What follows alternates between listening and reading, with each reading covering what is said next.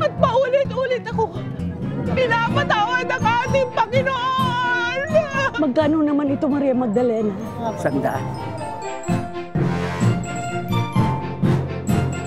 Dalena, kumusta yung mga pasyente sa simbahan? Naloloko ko dyan kay Luningning. Nababaliw sa lalaki niya. Mahal. Mahal ang motor na binigay niya sa'yo.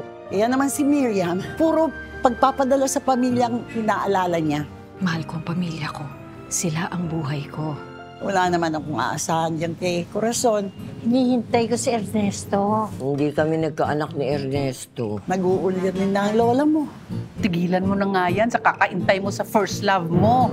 Belyang Burika! Lumahis kayo sa pamamahay ng tatay ko!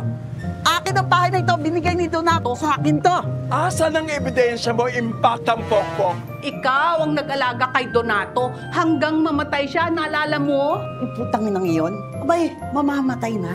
Niyayari pa ako. 45 years old na ako. Matanda na. Bilasa gamit na gamit. Bilasa ka? Di anong tingin mo sa amin? Inuuod na siguro, no?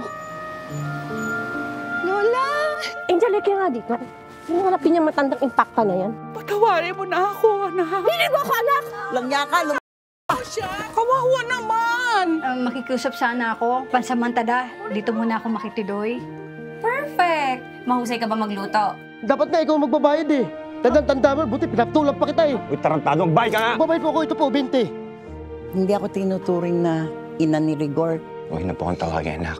Kasi hindi ka nanay eh. Hindi ka na ba? Naila, paabot ng gamot, please. May malubhang sakit si Miriam. Parang hospital na yung barong-barong natin. Sasagot-sagot ka pa. Gusto mo pa ba siyang maghanap buhay? Paano na ang kabuhayan natin? Sino ka? Bakit mo ko inalalayo kay Corazon? Tandaan mo to, ha? Hindi mo siya maagaw sa akin. Dalhin na yan. Hindi ko lang kayo kaibigan.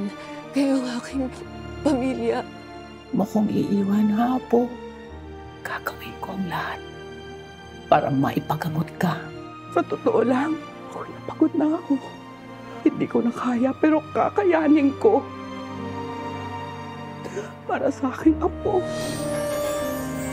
Alam niyo, Lola, para sa akin, kayo po ang pinakamaganda. Para po kayong Miss Universe.